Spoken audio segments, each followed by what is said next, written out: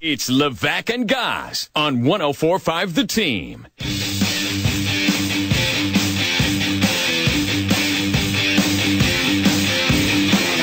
From Mohawk Honda, and we're talking water bottles. So I found somebody who loves water bottles as much as I do. What's your name? Christina loves water bottles as much as I do. The addiction is real. There's not a 12-step program, though. No one helps you when you love water bottles. They just try to sell you more. Levack, it's time for Wednesday Why. We're going to do it without a Ben today because, we've had some issues in our headphones. So what you're saying is we're gonna strive to just do the job today. No bells, no whistles. No, top 5 at 5. Maybe we'll pod down the bed as well. Let's just get through it, and we'll do it without the bed. It's going to sound a little strange. I'll still have I don't think so. Same old energy as me. I don't need. Fired up. Here, let me do it. Why? There it is. And maybe we'll give Tanya Harding and voice guy Rich a minute today. Why, Levack, is there only one New York Yankee All-Star leader right now? Why is there only one leader for the New York Yankees that would start in the All-Star game this season? I think there's some teams that do a really, really good job of the social media campaigning to get the votes out. I don't think the Yankees are one of those teams. I think you've seen the Yankees take great strides in getting better at this stuff, like the judges' quarters and stuff of that nature, but it's kind of like a foreign concept. Like, I think that they look at themselves as a team that doesn't need to market because they've won so many and they've never had to before, and now that everyone else is getting so good at it and they need to catch up, they haven't caught up yet. Glaber may end up being a backup on the team. There'll be guys on the squad. Yeah. I don't know. I'd probably say only 2 guys deserve to start, and that would be Judge and Severino. Everybody else has a really tough competition at a certain respective spot. Severino over Verlander?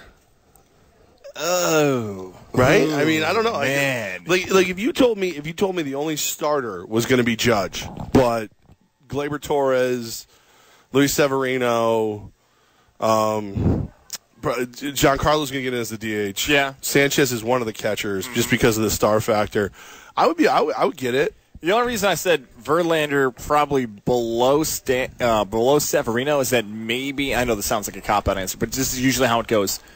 Verlander may be more deserving by mid-July, but depending on where his start is. Like if he gets the Friday or Saturday start and he can't go on Tuesday, then maybe it benefits Severino. So I'd like to see Severino do it. I feel like Verlander's done it in the past. I could be wrong about that, but I'd like to see a young, new guy be the starter for the All-Star. Well, you bring up an interesting point, though. Like, if you're a fan of a team that's really good and doing very well, do you even want your team – do you want them just voted in and then not to have to play? Like, do you want them replaced? Just hang out on the bench? Right. All right, I got a few more for you here. Why does Dwight Howard keep getting traded? His skills suit older basketball. He doesn't – nobody's looking for that dominant big man anymore. He's got a big mouth. Big mouth, big man, big paycheck, big trade value. A lot of bigs right there. I think a lot of teams still want him, but they don't know what they want to use him for, and they feel like, we're going to dump his salary, but then maybe he'll be good, but then he's better than what we have. 4 teams in 4 years for Dwight Howard. He's going to make $24 million, like $23.8 if we really want to get specific, for the Nets. And I think the reason why the Nets traded for him and why the Hornets traded him away, the Hornets want to rebuild with some picks, and the Nets want to clear some space for 2019 free agency. Dwight Howard, after this, maybe that'll be the end. Maybe Dwight Howard calls it a career after this final season. Levack, why does Kawhi Leonard want to be traded from the San Antonio Spurs? It takes a special mindset to be that kind of a team player. We're going to talk team player in next segment. Trevor Gorman, the head coach for Albany Soccer, is joining us. I'm sure he'll have a perspective on team play because he's also going to try and talk us into paying attention to the World Cup. He's got his work cut out for him. But to be a modern athlete where everyone's got an opinion, everyone's got a Twitter, everyone's telling you you're this and you're that and you're other thing, it takes a special mindset to be a team player all the time, and that's what you have to be in San Antonio. I think he'd like to be me first. He'd like to go to the Lakers and be me first. We've had this almost forgotten memory with Greg Popovich, and I think this is worth reminding younger sports fans that Popovich was an executive for the Spurs.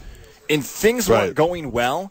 And Popovich said, okay, we're going to fire the coach. All right, who are you going to hire? Me. I'm going to hire myself as the head coach.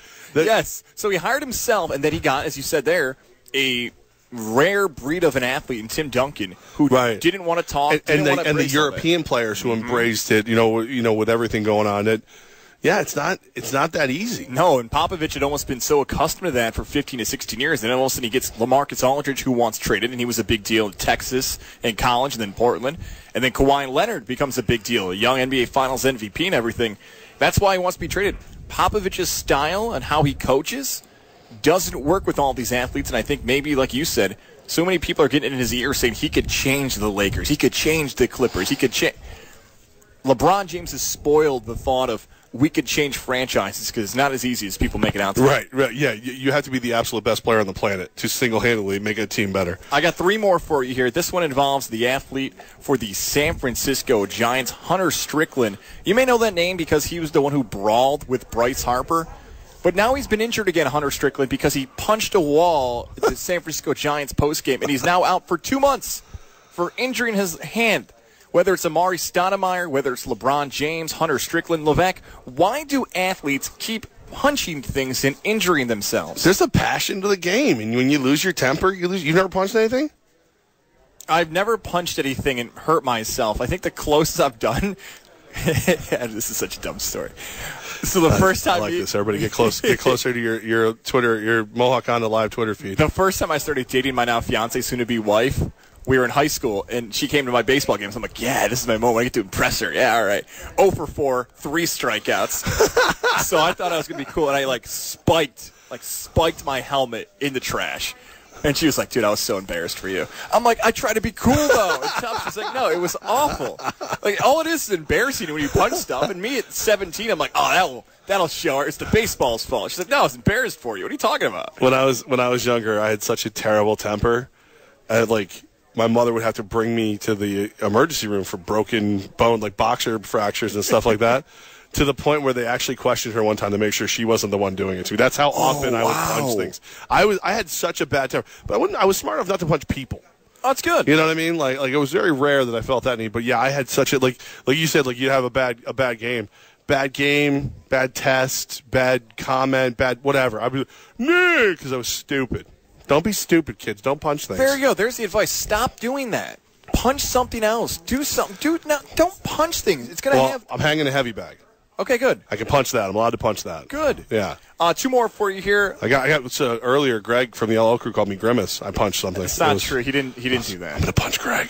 Levack, why is there so much hype around Jurassic Park 2? It comes out this weekend. A lot of hype around it. It looks so good.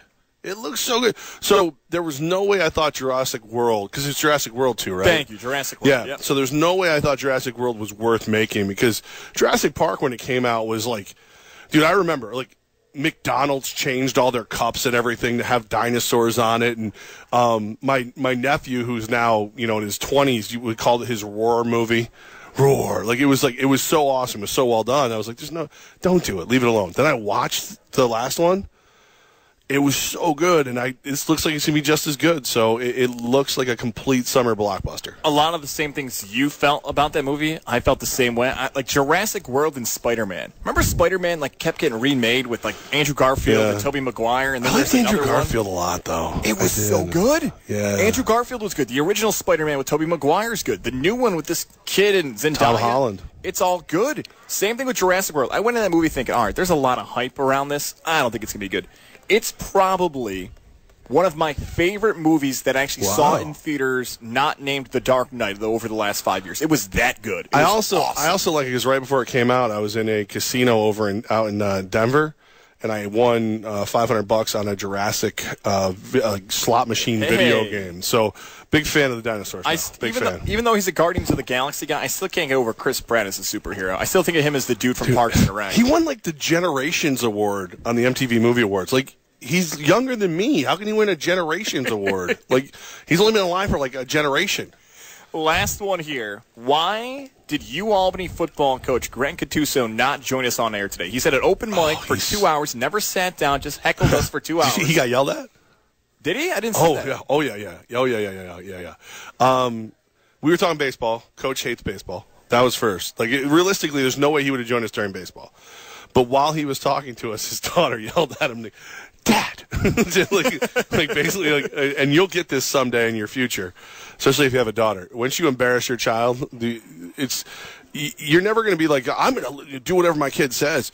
But at the same time, like, there's a certain level of that shrill Dad that you will walk away from whatever you're doing. Yeah. So, she works here and she's great. Like, she's management here. She does a phenomenal job. So I think he only comes here to see her. Okay. It has nothing to do with us. Speaking of UAlbany, though, we are about to be joined by the UAlbany soccer coach Trevor Gorman. And Trevor, we got to talk about your bio on the website too. It's not right anymore. We have to get it updated. But we're going to talk soccer, UAlbany athletics, and a fly out World Cup coming up next, live from Mohawk Honda.